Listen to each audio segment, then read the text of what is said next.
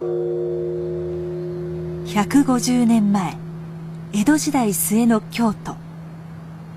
ここで後に機械時計の最高傑作とされる時計が作られました。その名も万年時計。7つの複雑な機能を併せ持ち、それが連動して自動で動く時計です。しかもゼンマイを一度巻くと1年もの間動き続けます。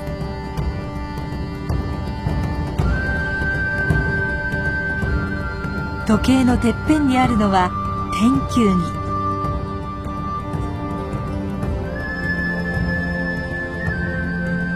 儀。京都から見た毎日の太陽と月の動きを再現します。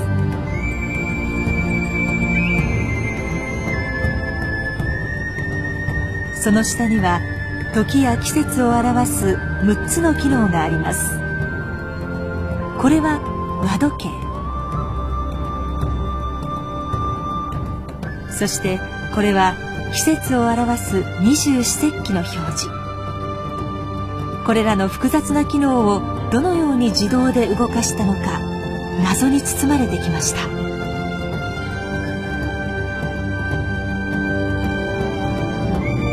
制作したのは江戸時代の職人田中久重です。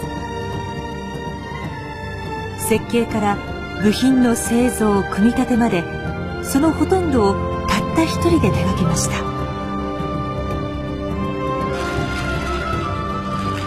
久重は独創的なからくり人形を数多く手掛けた天才的な職人でした。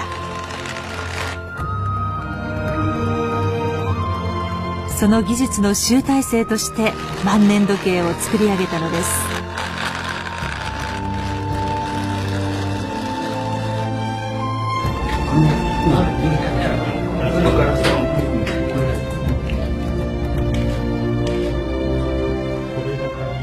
万年時計には現代の常識を超える技術が秘められているのではないか。内部の構造を解明するため、機械工学やロボット工学などさまざまな分野で活躍する100人の技術者が結集しました。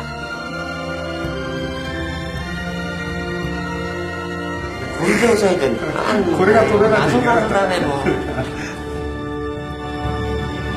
分解調査を始めると、謎の部品が次々と現れました。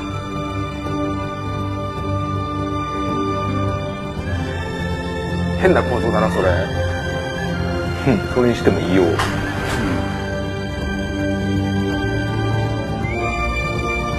技術者たちが5ヶ月をかけて明らかにした万年時計の内部構造。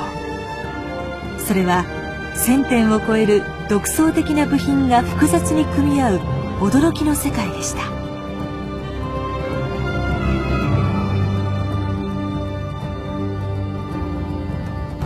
江戸時代の天才職人が生み出した究極の時計、万年時計。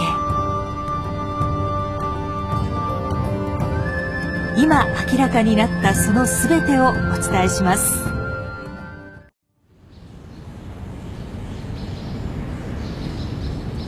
東京上野にある国立科学博物館です。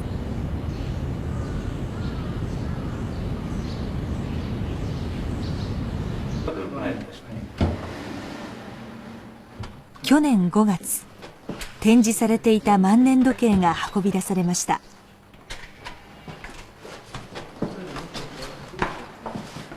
分解して複雑な機構を明らかにしようという国の研究プロジェクトが始まったのです。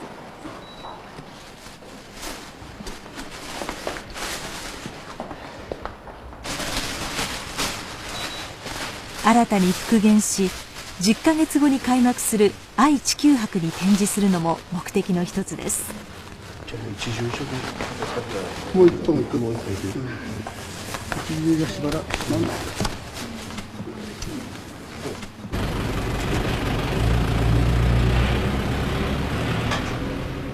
運び込まれた先は精密機械メーカーです。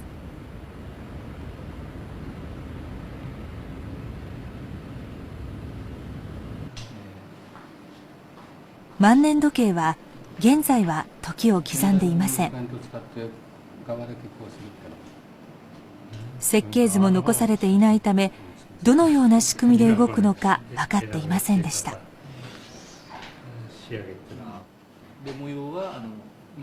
時計の分解と復元の指揮を執るのは時計技師の土屋秀夫さん。新しい時計を次々と開発し、日本の時計産業を世界一に引き上げた立役者の一人です。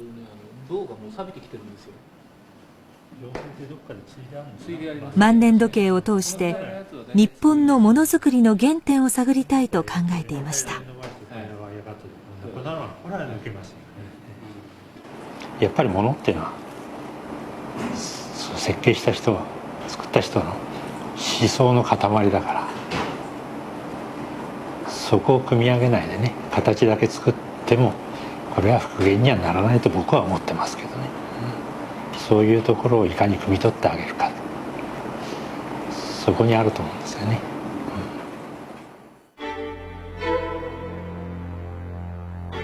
分解にあたって技術者たちが注目したのは3つの大きな謎です。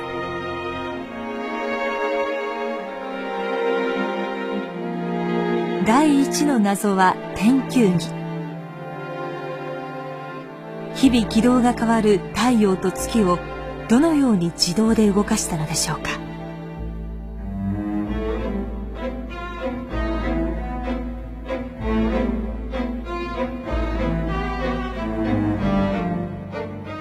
第2の謎は最も複雑な動きをするこの和時計です。毎日少しずつ文字盤の表示が変わっていきます。一体どのような仕組みなのでしょうか。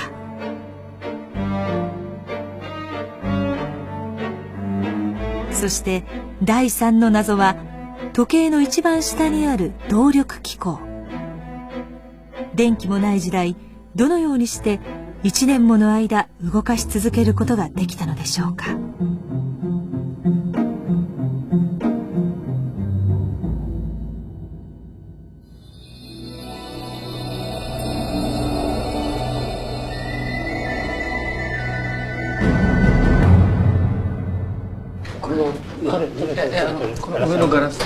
万年時計の分解調査が始まりました。それを向こうへ。で、今度下に手を添えるような形で、まず第1の謎、天球儀が取り外されました。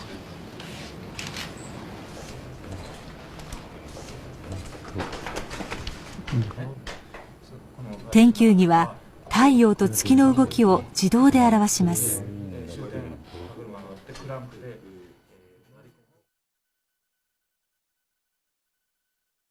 赤が太陽、銀色が月です。調整用のハンドルを使ってその動きを確認しました。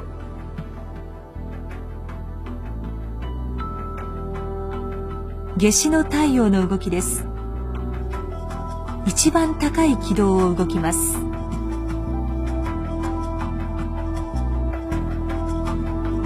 太陽の高さは日が経つにつれて下がります。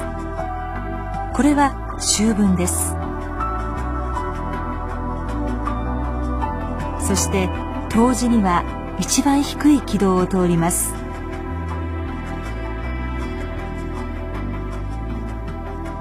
京都から見た太陽の動きが正確に表示されていました。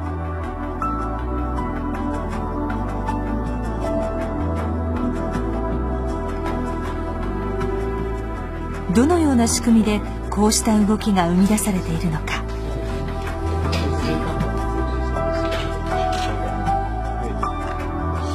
日本地図の記された部品を取り外すと、側面に小さな皿のような部品が現れました。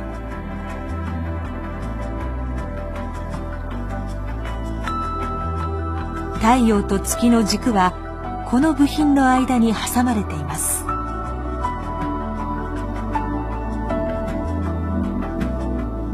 そしてこの部品には歯車がいくつも並んでついていました。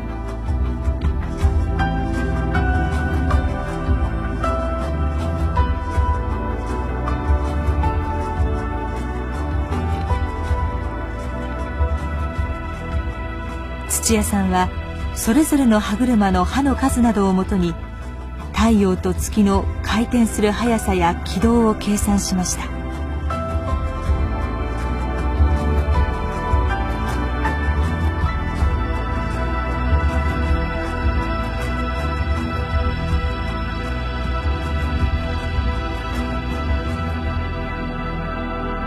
我々やってて楽しいですね。やってるそう、だいぶ考えてるなとかね、なるほどとか、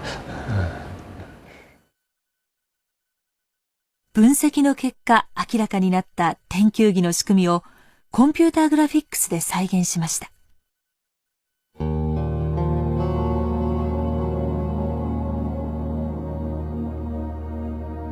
太陽の一日の動きは画面左下にある皿全体が回転することで生み出されます。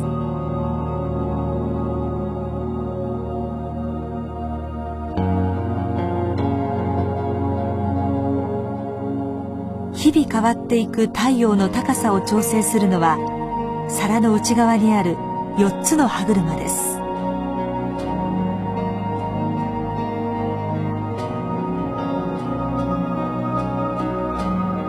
夏至の正午の太陽の位置です。太陽は1年を通じて正午には真南に来ます。これは1日後の正午の太陽の位置です。皿全体は1日で1回転とおよそ1度回ります。その間に4つの歯車の組み合わせによって太陽の軸が左におよそ1度傾きます。さらに日が経つと太陽の軸のついた歯車はさらに右へ行き、軸の傾きも大きくなります。こうして太陽は正午には必ず真南に位置しながら少しずつ低くなっていくのです。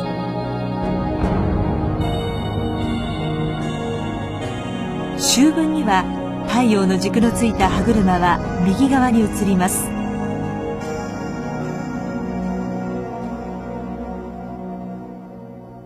冬至には一番低い位置に来ます。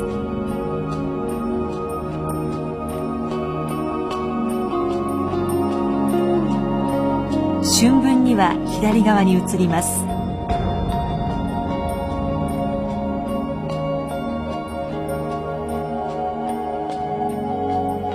そして夏至に戻ります。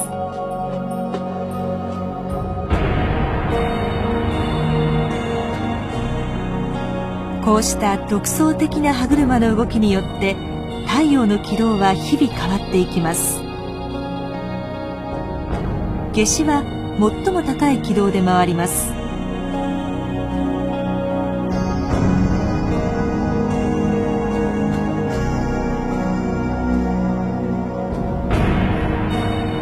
秋分は夏至に比べて軌道が低くなります。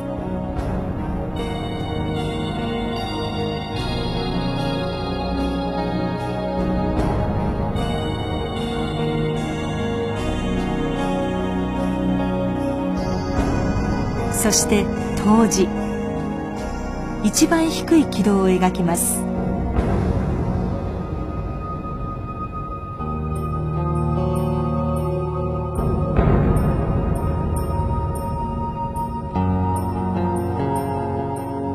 春分には秋分と同じ軌道になります。こうして天球儀は京都から見た太陽の動きを自動で再現していたのです。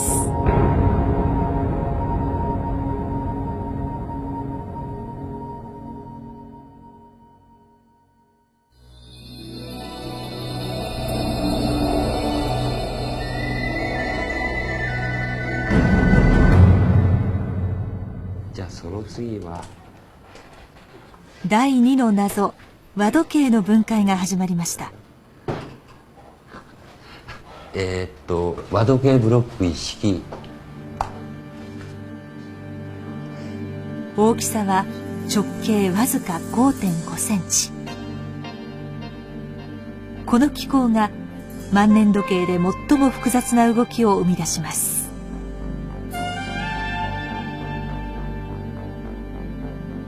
記録に残されている和時計の動きです。文字盤の上、赤い部分は昼間の時間、下の青い部分は夜の時間、それぞれ6等分して一時としていました。真上は正午の馬の刻、右側の6は暮れ六つ、日の入りの時刻です。真下の根は深夜0時、左の6は明け六つ、日の出の時刻です。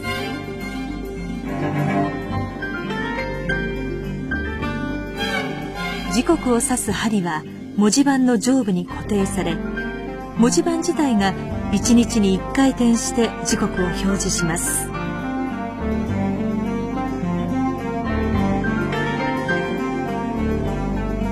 さらに時刻を示す文字駒は毎日少しずつ自動で動くようになっています。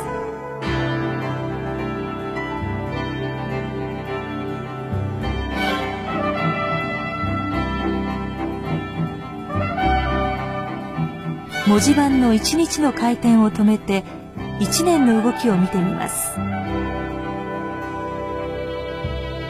昼が長くなる春から夏に向けて文字駒は自動で下がります。最も下がった時が夏至です。夏至を過ぎると文字駒は上へ動き、昼が最も短い冬至になります。冬至の1日はこの状態で1回転します。季節ごとに変わる昼と夜の長さに対応して、日々一時の長さを変えながら時を表示するのです。人がいるな。本当すごいですね、ここまでね。楽しいですね、これね、推測すると。これは非常に重要なところですね。どのようにしてこの複雑な動きが生み出されるのか。分解を進めると、中心から奇妙な形をした歯車が現れました。この部品なんでしょう。その部品は何でしょう。こういう割り駒は僕もあんまり見たことない。カブトムシのような形のこの歯車、土屋さんも見たことがありません。虫歯車と名付けました。そして歯が片側にしかない2つの歯車、一つの軸に互い違いについています。これらの歯車は直角に噛み合っていました。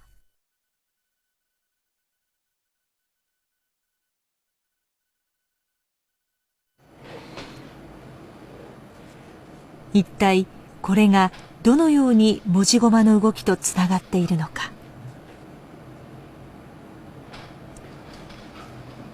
想像がつきません。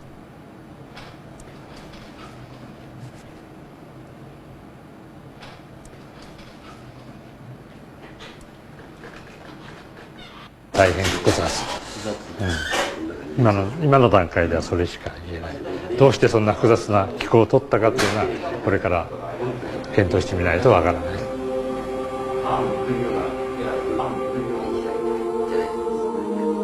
土屋さんたちは壁に突き当たりました。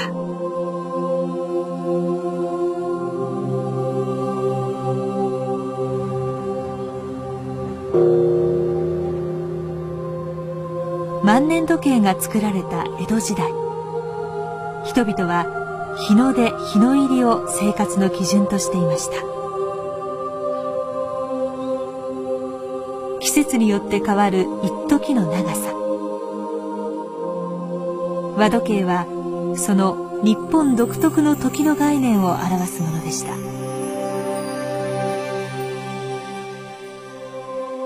当時さまざまな和時計が開発されていましたが、完全な自動化は困難でした。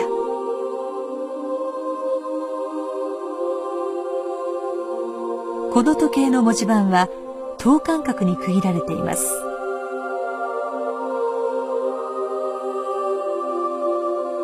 重りを使って時計の針の進む速さを変える仕組みです。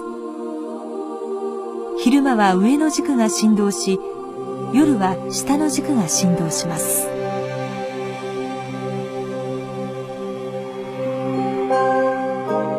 しかし季節によって一時の長さが変わるのに対応するため、2週間に一度昼と夜それぞれの重りの位置を変えて、針の進み方を速くしたり遅くしたりしなければなりません。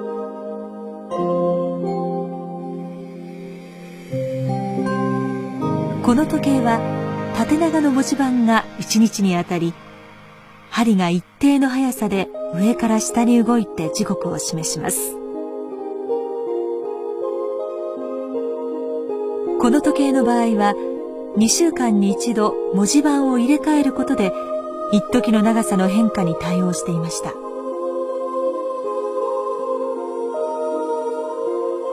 そのため目盛りの間隔が違う何枚もの文字盤が用意されていました。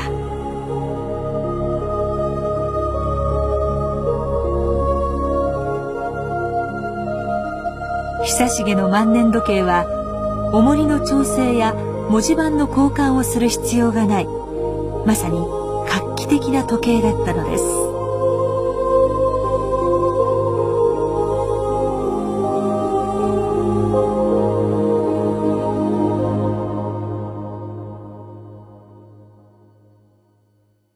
万年時計を制作した田中久重はどのような人物だったのでしょうか。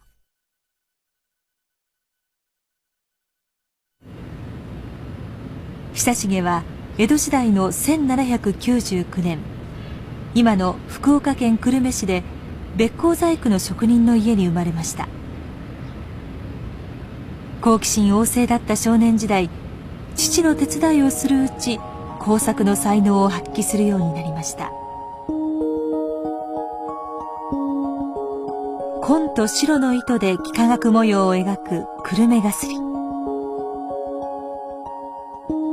久重は15歳の頃、この模様を簡単に織り込むことができる機械を作り出しました。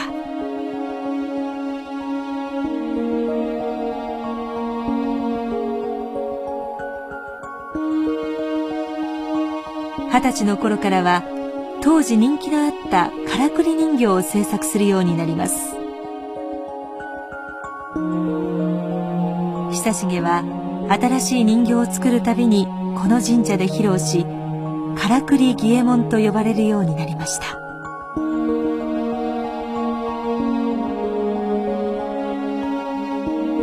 これは茶運び人形です。お茶を運んでくる人形。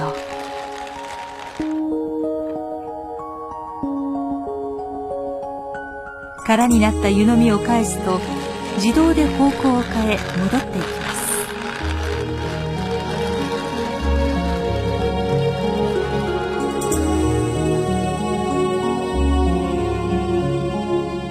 久重のからくり人形の中で最高傑作とされる弓引き童子です。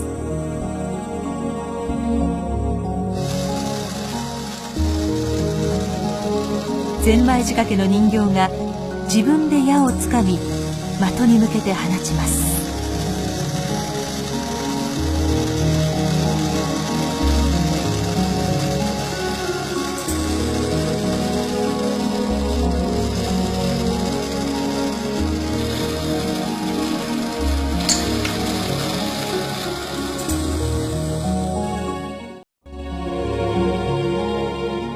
久重は38歳で京都に店を構えます。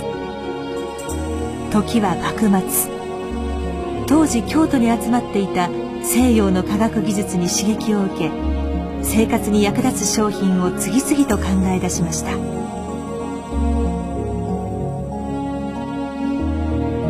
雲龍流水と呼ばれる消火ポンプです。空気圧を利用して10メートルの高さまで放水することができました。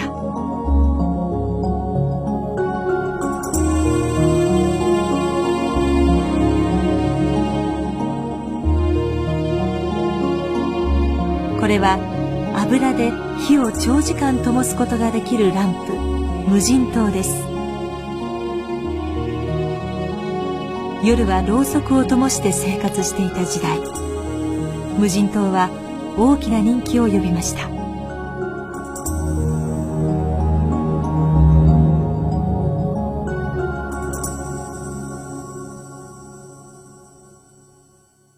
発明に執念を燃やし続けてきた久重が、その集大成として挑んだのが万年時計でした。48歳の時でした。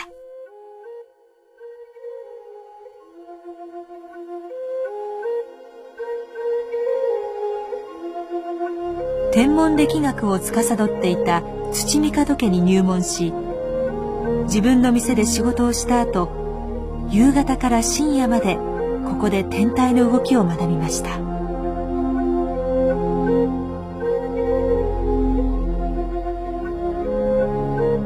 当時天体観測に使われた石の台座が今も残されています。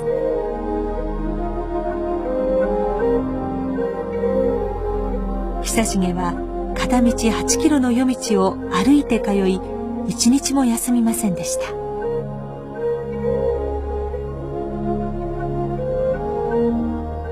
設計から組み立てまで、そのほとんどを一人で手がけた久重。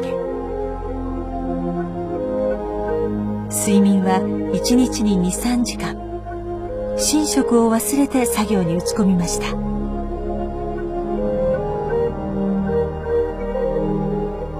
完成したのは3年後の51歳の時でした。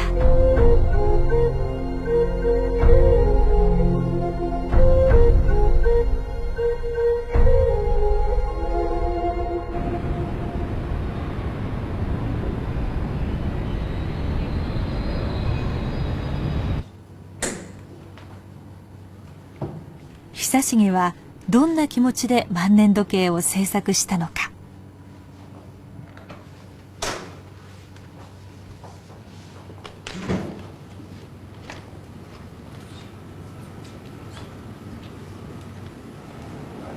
研究プロジェクトは久重が残した資料を手がかりに調査を行いました。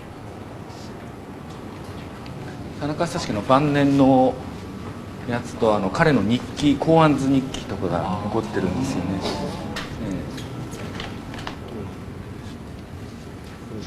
久重が店頭に掲げていたのれんの絵が見つかりました。店頭に掲げたるのれんの図、万年自明彰子と名乗るぐらい自分はあれだったってことなんですね。自ら万年時計の制作者と名乗った久重。夢の時計を作り上げたという自負をのれんに込めたのです。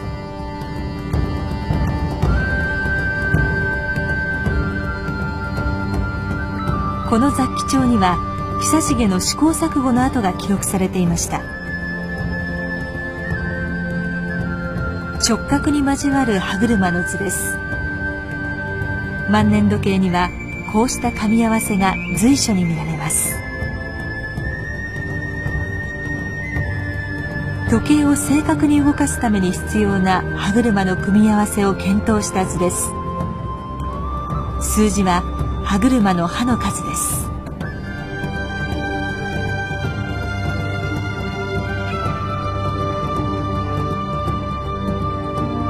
50ページに及ぶ雑記帳。久重は持てる技術のすべてを注ぎ込みました。単にその技術的な塊ではなくて、あの時代のその職人エンジニアさんたちのその本当の、プライドの塊っていうのが、あの当時持ってた人の最高の多分、知識だとか技だとか注ぎ込んで作られたものだから、田中久重の万年時計っていうのはそれだけの思いをかけて作ったものだっていうのがこれでよくわかりますよね。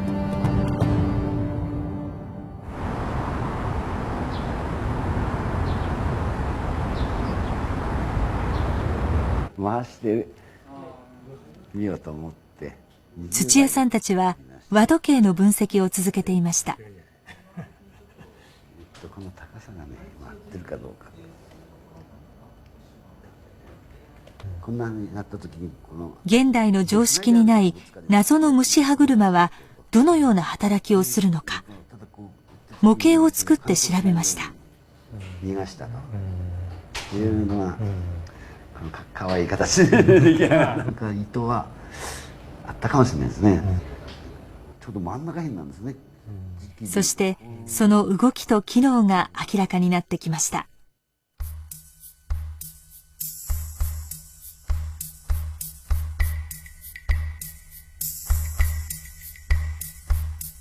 和時計の内部構造です。刃が片側にしかない歯車はゼンマイからの動力で1年で1回ゆっくりと回転します。ここに虫歯車が噛み合わされています。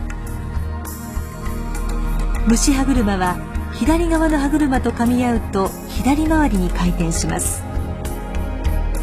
右側の歯車と噛み合うと今度は右回りに回転します。ゼンマイの動力からは一方向の回転しか生まれません。久重はそこに独創的な歯車を導入して往復運動を生み出したのです。虫歯車のついた軸は上の方で大きな歯車と直角に噛み合っています。この大きな歯車は虫歯車が右に回転すると右回転します。虫歯車が左に回転すると今度は左回転します。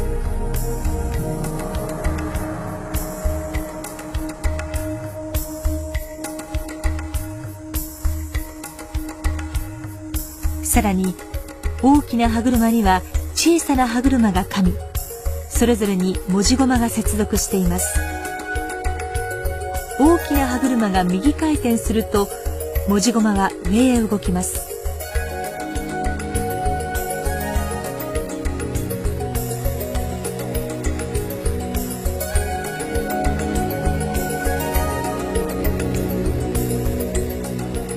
大きな歯車が左回転すると文字駒が今度は下に動きます。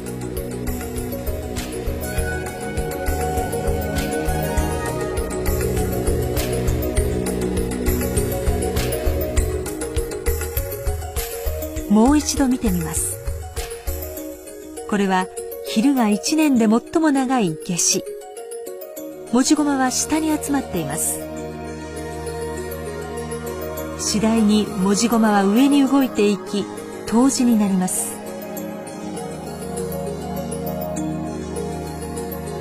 冬至を過ぎると文字駒は下に動き、再び夏至になります。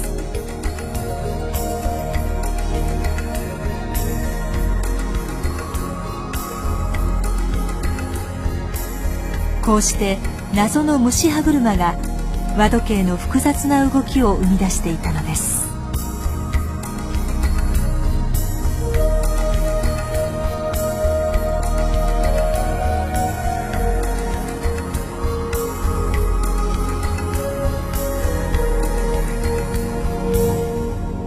驚きですね。よく考えたなと。全然私はこういうことを考えたこともなかったし、今までこういう回転往復運動を変えるのにこういう構造を使おうというふうに考えたこともなかった。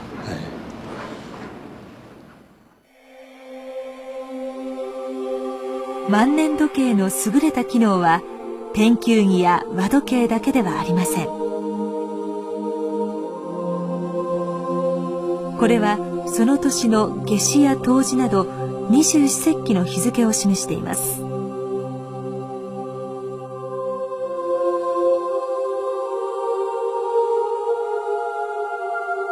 短い針は曜日を示し、1週間で1周します。長い針は和時計と連動し、時刻を示します。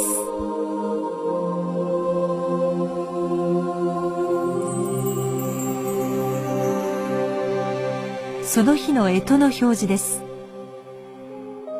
当時1日ごとに割り振っていた60通りの干支の中からその日の干支を自動で示します。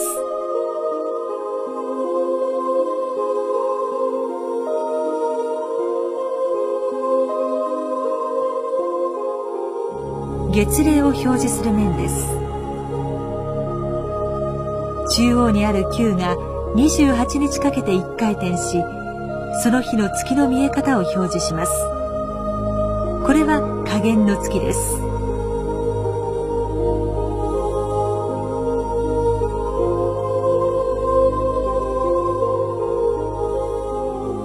洋時計です。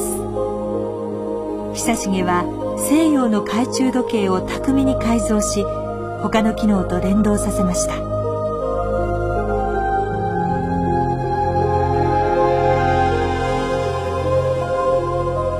複雑で独創的な7つの機能を持った究極の時計です。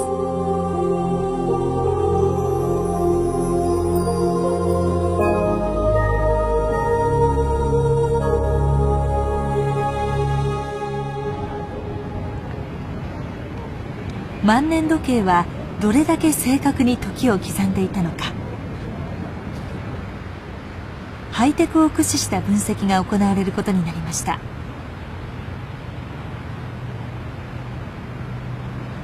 でこの変な格好の歯車が、なぜそういう格好分析にはロボットやコンピューターシステムの開発にあたっている第一線の研究者たちが集まりました。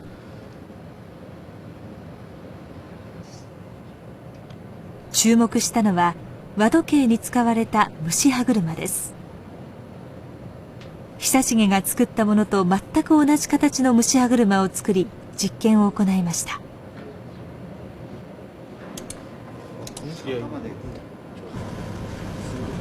モーターで刃が片側にしかない2つの歯車を回転させ、虫歯車を往復運動させます。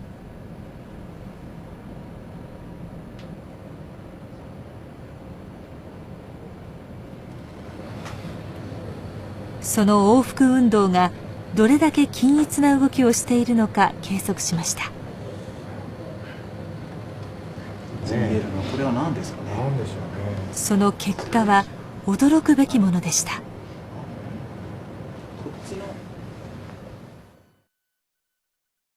これが虫歯車の回転を計測したグラフです。右上がりの線は右回りの回転を示し、右下がりの線は左回りの回転を示します。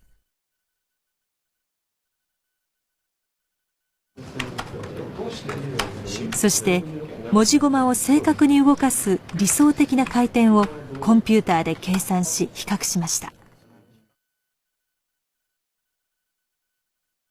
赤い線が虫歯車の回転、黄色い線が理想的な回転です。2つはほぼ重なっています。虫歯車はコンピューターで制御するのと変わらないほど正確に和時計を動かしていたことが分かりました。角度はぴったりっていうか計算と同じぐらいで出てる。すごいね。あれだけまっすぐな動作を実現するそのは何をどう考えてそういうことが可能だったか、やっぱりすごいなと思います。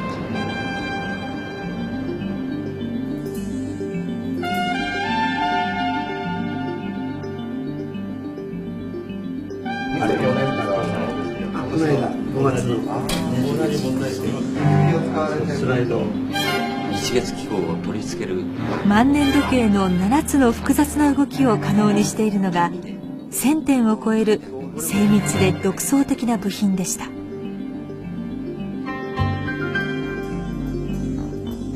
久重はどのようにして部品を作っていたのか。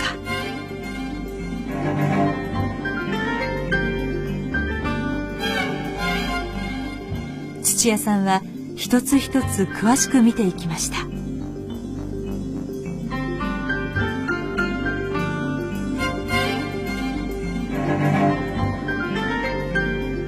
歯車の中に放射状の線が刻まれているものがありました。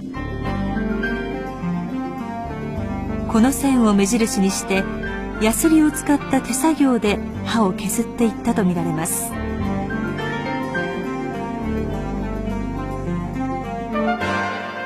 これは万年時計で最も大きな歯車です。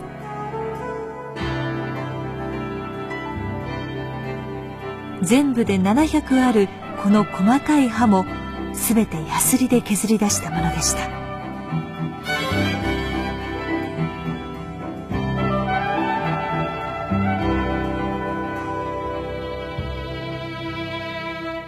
時計を正確に動かすため、久重は自らの手で一つ一つ噛み合わせを調整していたのです。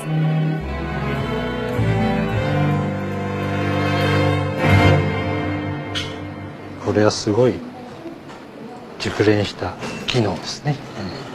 それ感心しました。やはり相当な技量を持ってたんでしょうね。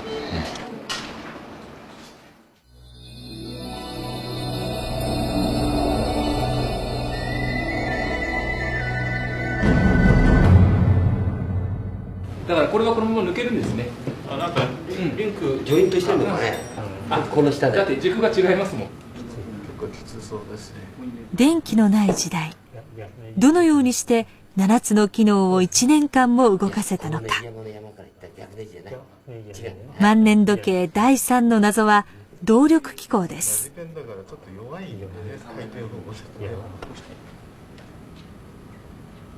時や季節を表す6つの面の下からは奇妙な形をした部品が現れました。渦巻き状の部品、土屋さんはサザエ車と名付けました。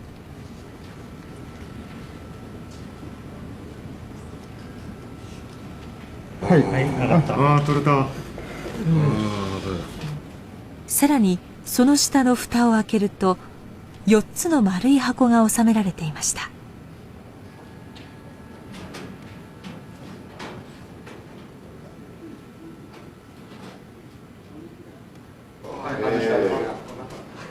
箱の中にはゼンマイが巻き取られて入っていました。すご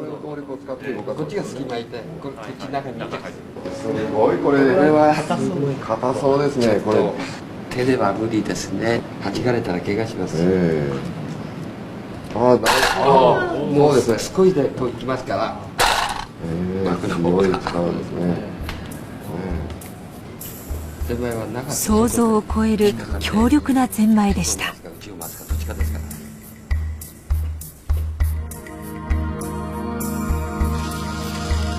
久重が作った弓引き童子もゼンマイで動きます。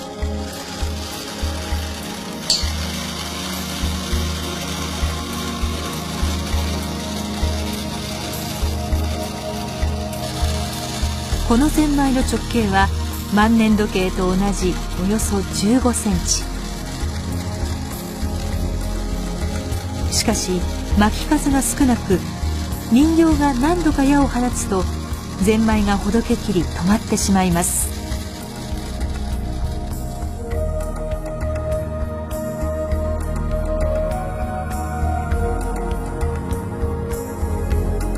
昭和50年代に作られ、長く動くことが売りだったこのゼンマイ式の掛け時計。それでも動くのは30日間でした。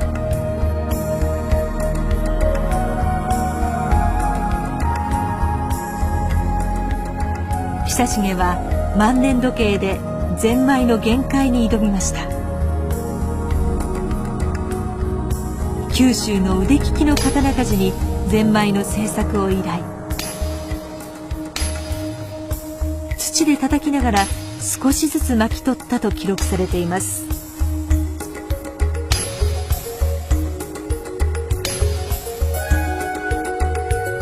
出来上がったゼンマイは長さ 3.7 メートル、厚さは2ミリ。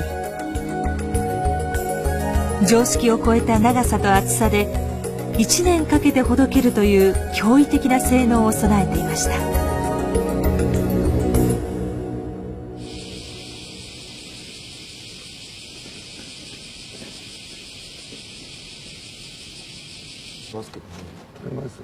ゼンマイの分析と復元を担当したのは京都大学助教授の富井洋一さん。材料工学の専門家です。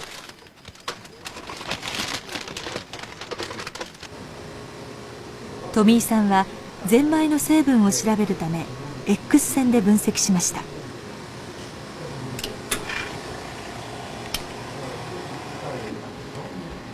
その結果、銅7割、亜鉛3割でできた真鍮と分かりました。強さと加工のしやすさを兼ね備えた材料でした。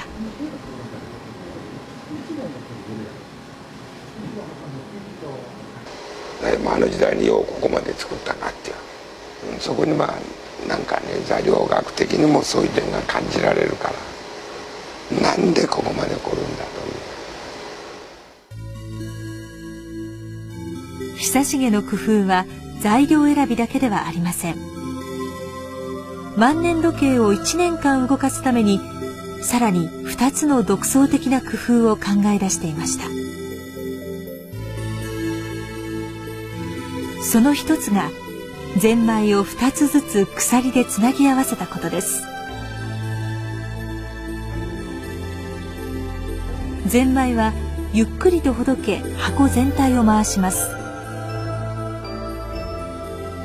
鎖でつながれた2つの力を足し合わせた回転が時計などを動かす軸に伝わります。2つをつなぐことでこの軸に強い力を伝えることができるのです。しかしこれだけでは1年間正確に動かし続けることはできません。ゼンマイはほどけるに従い力が弱くなるからです。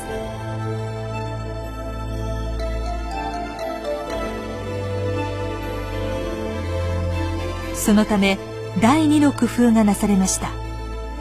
サザエ車です。2つが上下逆向きで鎖でつながれています。ゼンマイからの動力で左のサザエ車を回転させ、鎖を巻き取っていくことでその力を右のサザエ車に伝え、上部の時計を動かします。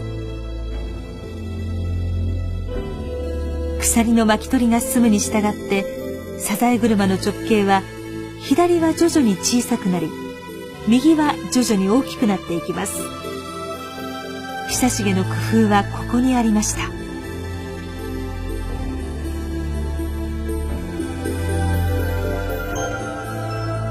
2つのサザエ車の関係を上から見てみます。はじめは左が大きく右が小さくなっています。この場合、左のサザエ車を回すには強い力が必要です。巻き取りが進み、ゼンマイがほどけてくると、今度は左が小さく右が大きくなります。こうなると左のサザエ車は弱い力でも回ります。久重はこうした仕組みでゼンマイの力が弱まるのに対応し、一定の力で時計を動かし続けようとしたのです。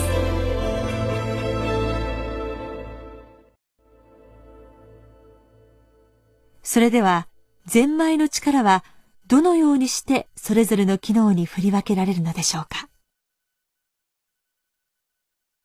4つのゼンマイは2つで1組となり、2系統の力を出します。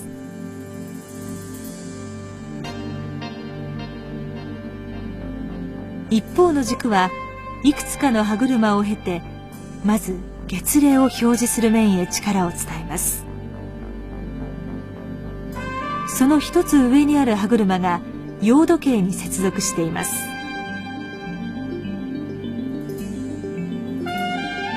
さらにその上にある歯車が和時計、そして干支を表示する面と天球儀に連結しています。残りの木の上はもう一方の軸が動力を伝えます。時を知らせる鐘、そして曜日と時刻を表示する面へとつながっています。曜日と時刻は歯車などによって和時計と接続しています。別々の動力で動く右と左の機構を連動させるためです。こうして4つのゼンマイを駆使してこれらの機能を連動して動かすことに成功しました。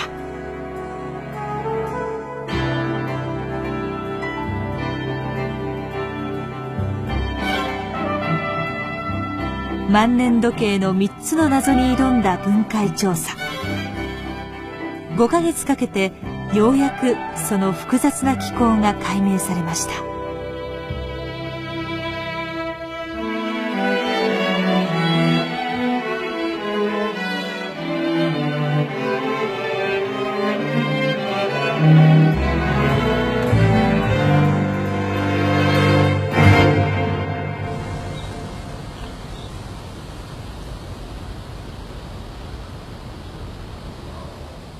田中久重が生まれ育った町にある小さな神社。境内に久重の銅像が建てられています。後に東洋のエジソンと呼ばれるようになった久重。万年時計を作った後もものづくりへの情熱を失うことはなく、さまざまな偉業を成し遂げていきました。万年時計完成の2年後、ペリーが黒船に乗って来航します。欧米諸国の脅威に危機感を募らせた各藩は科学技術の研究を加速させました。久重はその能力を買われ、肥前佐賀藩に招聘されました。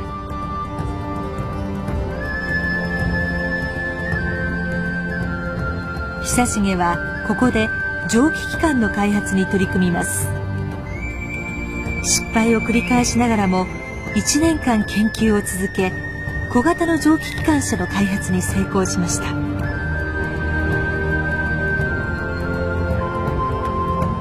そして本格的な蒸気船の開発にも日本で初めて成功しました。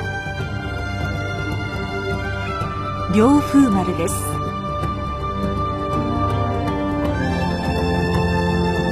これをきっかけに日本の造船技術が急速に発展することになります。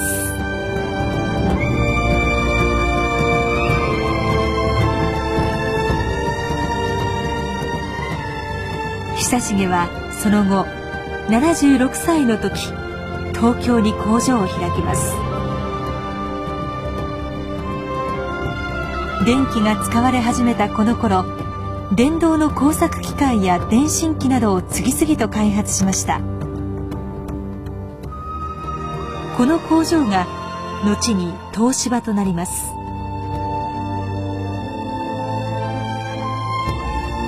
久重の言葉です。知識は失敗より学ぶ。ことを成就するには志があり、忍耐があり、勇気があり、失敗があり、その後に成就があるのであ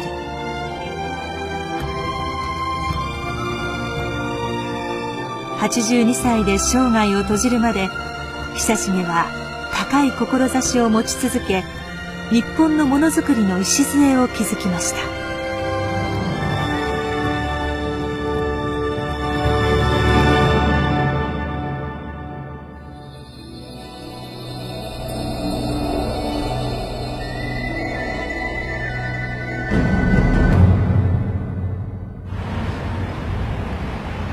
去年9月、万博に展示するための万年時計の復元作業が本格的に始まりました。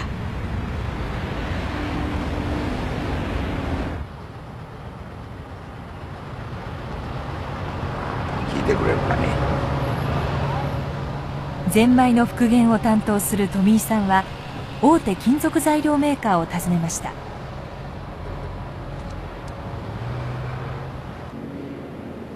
研究プロジェクトは久重と同じ材料を使い同じように復元することを目指しています。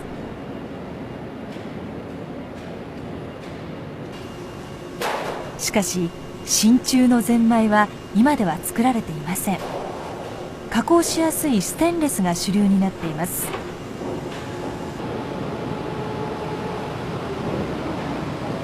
このメーカーは真鍮など銅を使った強度の高い合金の開発を進めています。そこで富井さんはこのメーカーに相談を持ちかけました。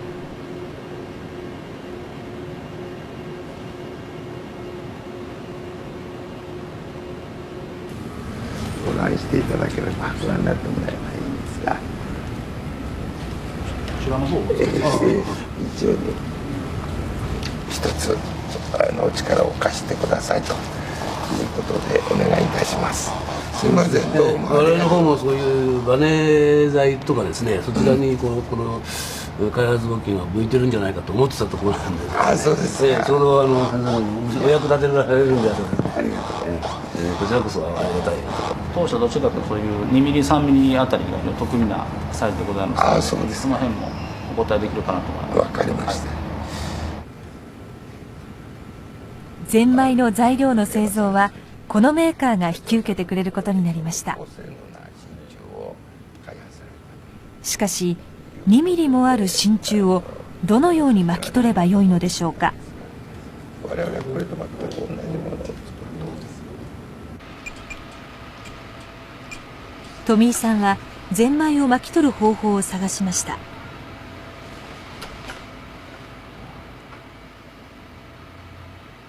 なんとかその巻くところをね助けてもらえんかなと。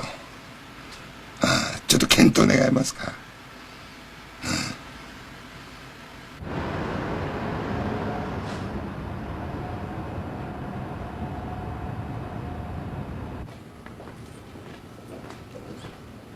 ようやく巻き取りのための特別な機械を新たに作ってくれるメーカーが見つかりました。どうもよろしくお願いします。もう大体準備はじゃあ。手でハンドルを回し微妙な力加減で巻き取ることができる機械です。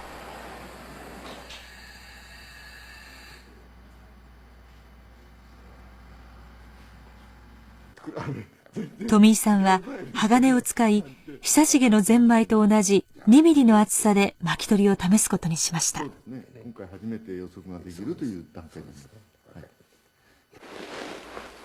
これはな無理だな。色動画だからちょっと力ないわ。硬いですねやっぱり。回していいですか。でストップ。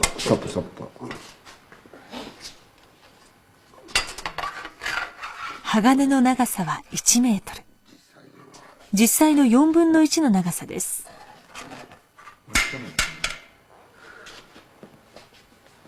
巻いてみて。巻き取りが始まりました。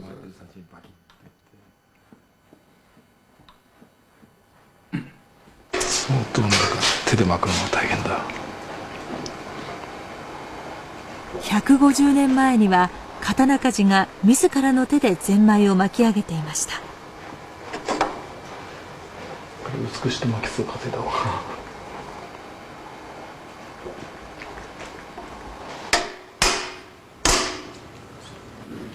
うわこれは大変だわ。全然違うね。軸が回るんじゃないやっぱり2ミリはすごいな。そうですね。ようやく巻き上がりました。しかし久重のゼンマイはこの4倍の長さがあり、加工は格段に難しくなります。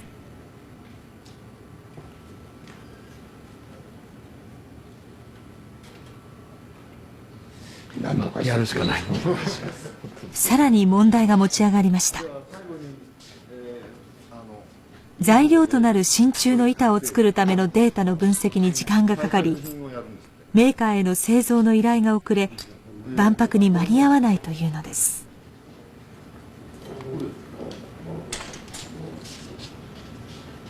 間に合わなかったっていう残念さね、これはまあ確かにそうですね。やっぱりあの時代の天才だからね、そう簡単に迫れるっていうかどうかな、もしあったらまだまだっつって笑われるんじゃない。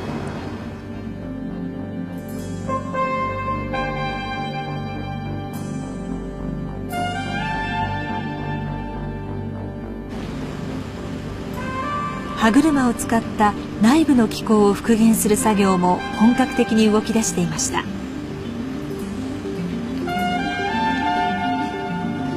久重が作った歯車をコンピューターで厳密に設計し、電気制御の加工機械で削り出していきます。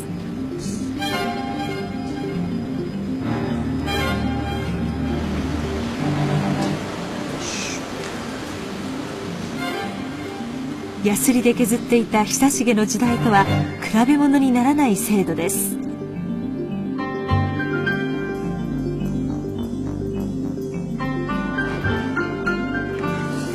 和時計の復元を担当したのは結束義之助さんです。機械時計の構造を知り尽くし、現役時代社内で随一の熟練工として活躍していました。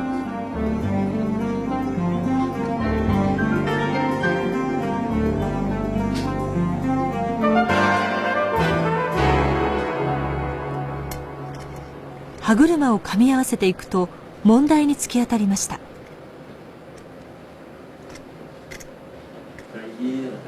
このとこほらかなり引っかかりますね。歯車が直角に交わる久重独自の機構が滑らかに動いてくれません。いいとこ悪いとこ。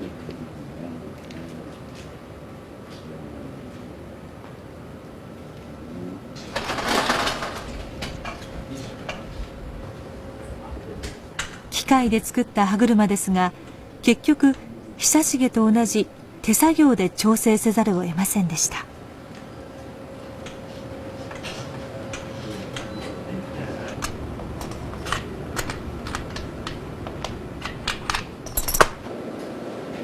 直角に噛み合う歯車の一つ一つに何度もヤスリをかけます。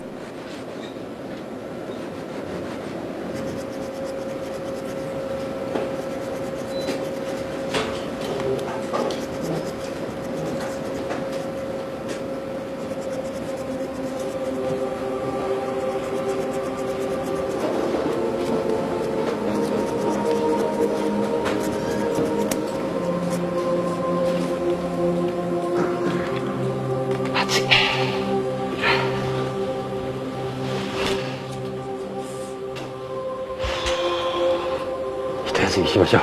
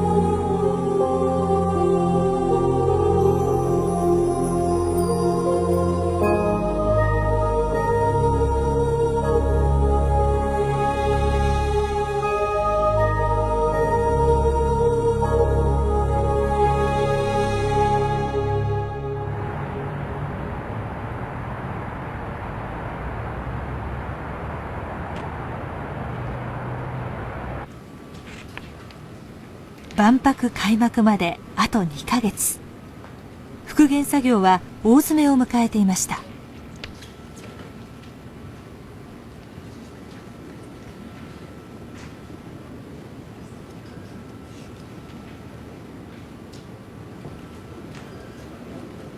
結束さんが調整を続けていた和時計が組み上がりました。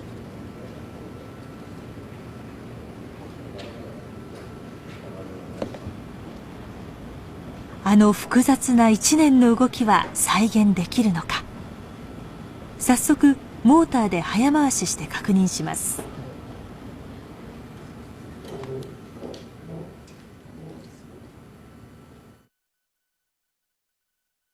時刻を示す文字駒が無事動き始めました。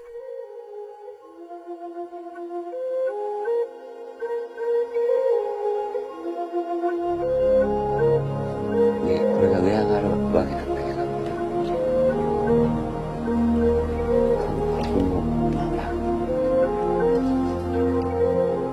最も復元が難航したゼンマイ。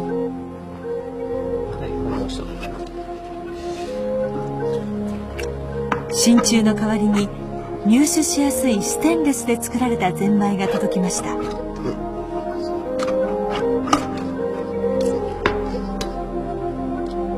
万博の期間中はステンレスで代用し、引き続き真鍮のゼンマイの復元に取り組むことになりました。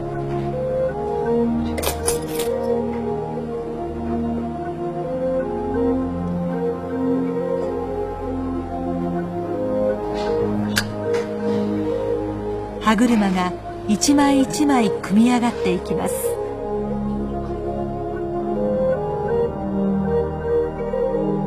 土屋さんは久重の技術力の高さを改めて感じていました。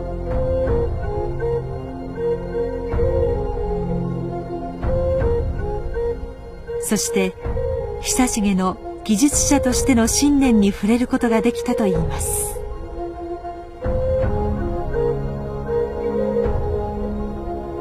久重は自分がこういうものを作ろうと思ったらね、絶対それを作るっていうんでね、作るのは難しいから設計をもう一遍見直して優しい方へ持っていこうかなってことはね考えなかった。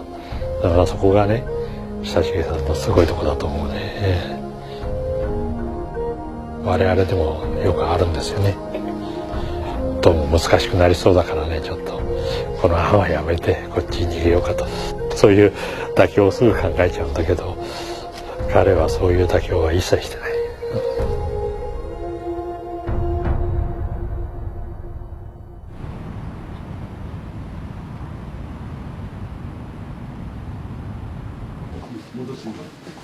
研究プロジェクトが始まってから10ヶ月、いよいよ万年時計がよみがえる日です。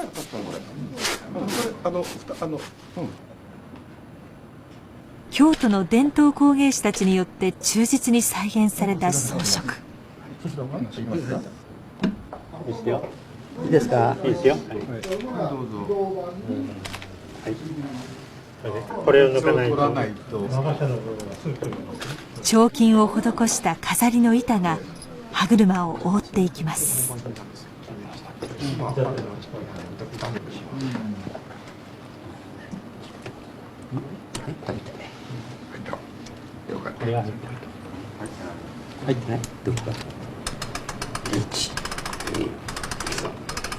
ついにゼンマイが巻かれ、時計に命が吹き込まれました。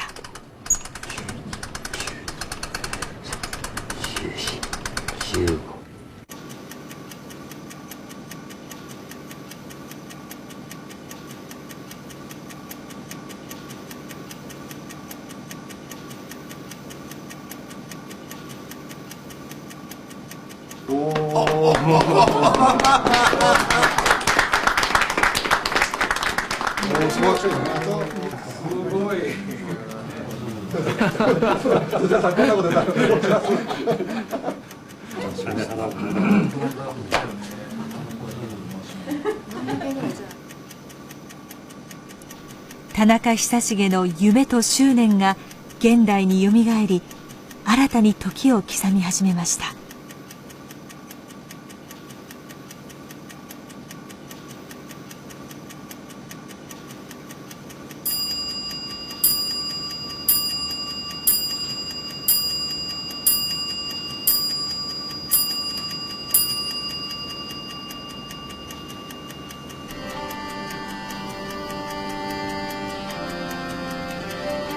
江戸時代の末、田中久重が一から手作りで完成させた万年時計。100人の技術者たちは現代の最先端の技術を駆使してようやく復元することができました。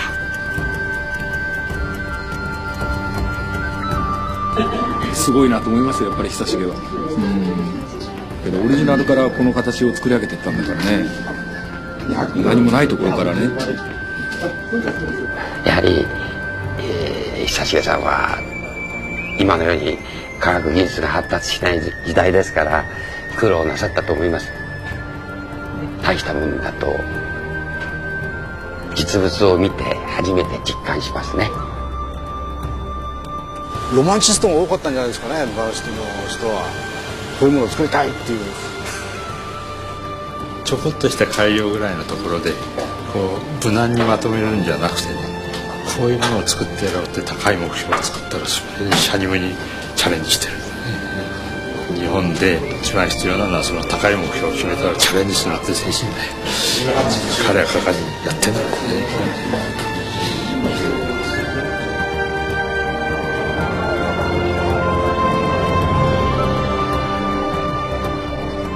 3月に開幕した愛・地球博。ニュートンの望遠鏡やアポロの宇宙服など人類の歴史を変えた発明品のコーナーに技術者たちが作り上げた万年時計が展示されました。これ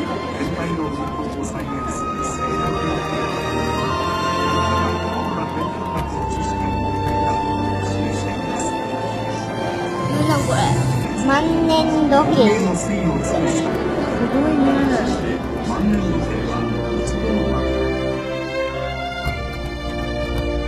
田中久重が持ち続けた高い志と決して妥協しないチャレンジ精神。